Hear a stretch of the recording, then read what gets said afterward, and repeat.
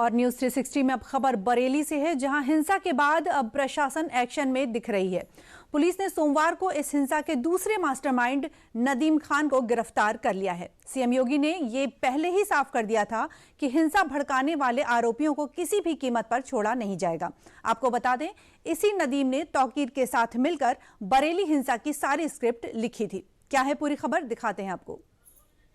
कुछ लोग रहते भारत में हैं, लेकिन गजवाए हिंद का नारा लेकर के भारत के अंदर राष्ट्र विरोधी गतिविधियों को बढ़ावा देने का कुत्सित कार्य कर रहे हैं। गजवाए हिंद हिंदुस्तान की धरती पर नहीं होगा। सवेर झांगुर जैसे हाल तो उनके भी होने ही हैं। ये महज एक ऐलान नहीं है, ये महज उद्घोष भी नहीं है, बल्कि ये हर उस साजिशकर्ता के लिए चेतावनी है जो यूपी में अराजकता फैलाने की मंसूबे पाल के बैठा है। और ये बात सिर्फ चेतावनी पर ही नहीं रुकी। प्रशासन ने सीएम के बयान के साथ ही अपना काम भी शुरू कर दिया है।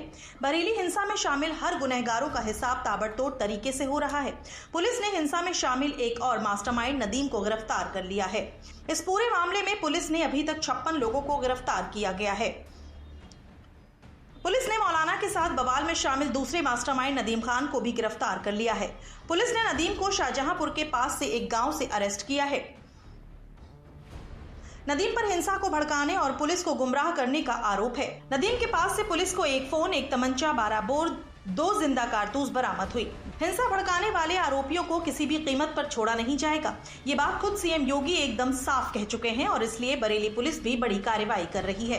इस हिंसा का दूसरा मास्टरमाइंड जो नदीम खान गिरफ्तार हुआ है, इस नदीम ने तौकीर के साथ मिलकर बरेली हिंसा की सारी स्क्रिप्ट लिखी। व्हाट्सएप ग्रुप बनाकर लोगों में हिंसा में शामिल किया गया। अब इसकी गिरफ्तारी से हिंसा के कई तार खुलने की उम्मीद है। आज नदीम खान को गिरफ्तार किया गया है, जो इस पूरे प्रकरण में एक महत्वपूर्ण साजिश करता था और जो पूरे प्रकरण के दौरान साजिश में भी और उसके एग्जीक्यूशन दोनों में शामिल था। इसके साथ साथ 28 अन्य अभियुक्त भी गिरफ्तार किए गए हैं।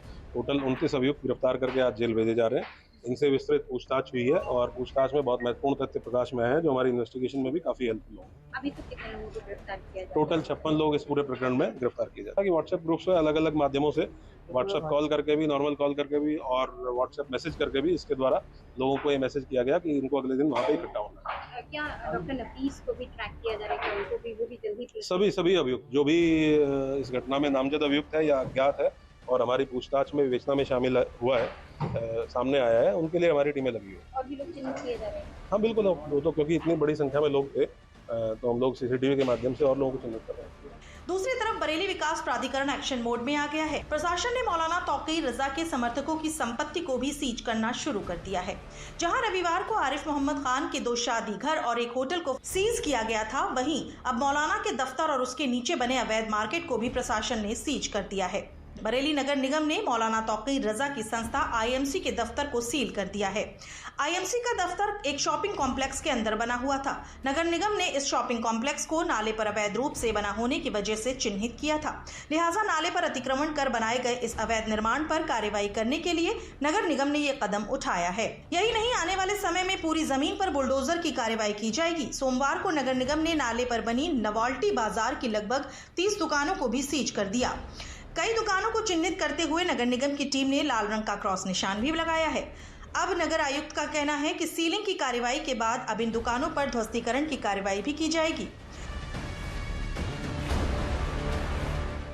नॉवेल्टी के पास में जो नाली है, नाला वहाँ से गया हुआ है, साथ में जो सड़क पटरी है उस पर अतिक्रमण करके लगभग 40 से 45 की संख्या में दुकानें जो बनाई गई हैं उस पर कार्रवाई की गई। अभी वर्तमान में सीलिंग की कार्रवाई की गई। पूर्व में उनको नोटिस भी दिया गया था इसके संबंध में खाली करने के लिए, और आगे इसमें प्रोसेस करके इसको ध्वस्तीकरण की भी कार्रवाई हम लोग निगम द्वारा किया जाएगा। जो रिसेंटली शुक्रवार नमाज के बाद जो भी लैंड ऑर्डर के रिलेटेड बरेली में घटना हुआ है, उसी में जो भी आरोपित है उन लोगों के खिलाफ हम लोग कार्रवाई कर रहा है। ऑलरेडी पुलिस प्रशासन ने बहुत कार्रवाई किया है, उसके साथ अभी बरेली विकास प्राधिकरण भी अपने कार्रवाई शुरू कर रखा है। एंड इसी में एक मोहम्मद आरिफ खान है, उनका 2 लॉन्स है, मैरिज लॉन्स है, एक फार्म लॉन है, एक फ्लोरो गार्डन है, उसी को हम लोग आज सील किया है। एंड एक होटल स्काईलार्क है, उसको भी हम लोग सील किया है। एंड इनका एक और बिल्डिंग ऑलरेडी 2-3 महीने के पहले से ही सील्ड है। आज टोटली इनको 4 बिल्डिंग ऑलरेडी, मतलब 3 आज सील्ड है, ऑलरेडी 1 सील्ड है। इसके अलावा अन्य जो भी आरोपी है उन लोगों को भी हम लोग डिटेल स्टडी कर रहा है। उन लोग को प्रॉपर्टीज़ है जो व्हाटएवर इनको वायलेशन है उसी के लेकर हम लोग स्टडी कर रहा है। एंड जो भी बरेली का जो पीस को डिस्टर्ब करने वाला है, लैंड ऑर्डर को वायलेशन तोड़ने वाला है, इन लोगों के खिलाफ सख्त और कठोर कार्रवाई करेंगे। ये आज पहली शुरुआत है, आगे भी ये रहेगी, कठोर से कठोर कार्रवाई करेंगे। वहीं बरेली में शुक्रवार को नमाज के बाद हुए उपद्रव के मद्देनजर लागू की गई इंटरनेट और एसएमएस की सेवाओं पर पाबंदी को 1 दिन और बढ़ा दिया गया है। पहले ये पाबंदी 28 और 29 सितंबर के लिए थी, इसे अब 30 सितंबर तक के लिए लागू कर दिया गया है। इस दौरान जिले में इंटरनेट और एसएमएस सेवाएं निलंबित रहेंगी। वहीं बरेली के जैसा ही कानपुर में भी बवाल की साजिश का हैरान करने वाला मामला सामने आया है। कानपुर नगर में बवाल की साजिश रचने वाले 26 लोगों के खिलाफ रिपोर्ट दर्ज की गई है।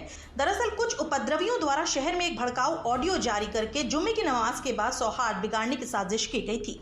हालांकि कानपुर पुलिस और इंटेलिजेंस की सक्रियता के चलते स्थिति को संभाल लिया गया। मामले को लेकर एक नामजद समेत 25 अज्ञात लोगों पर रिपोर्ट दर्ज की गई है। पुलिस मामले की जांच में जुटी है। कानपुर में बवाल की साजिश, 26 के खिलाफ रिपोर्ट दर्ज। बरेली के बाद कानपुर में बवाल की साजिश का पर्दाफाश।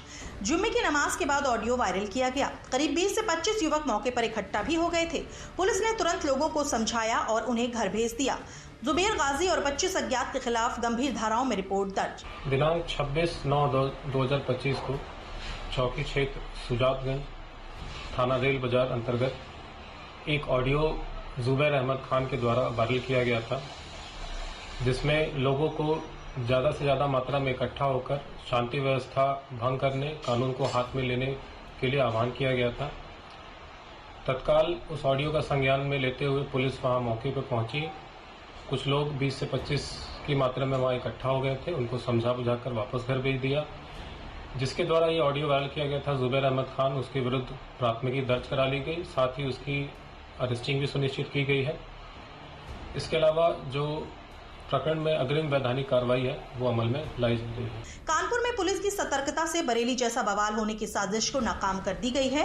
हिंसा भड़काने वाला आरोपित जुबैर अहमद खान को गिरफ्तार कर लिया गया है। जुबैर ने आई लव मोहम्मद से जुड़ा हुआ भड़काऊ ऑडियो जुम्मे की नमाज की भीड़ के बीच में चलाया था। बरेली हिंसा के बाद से ही यूपी प्रशासन अलर्ट मोड पर है और हर साजिश को नाकाम करने में लगी है।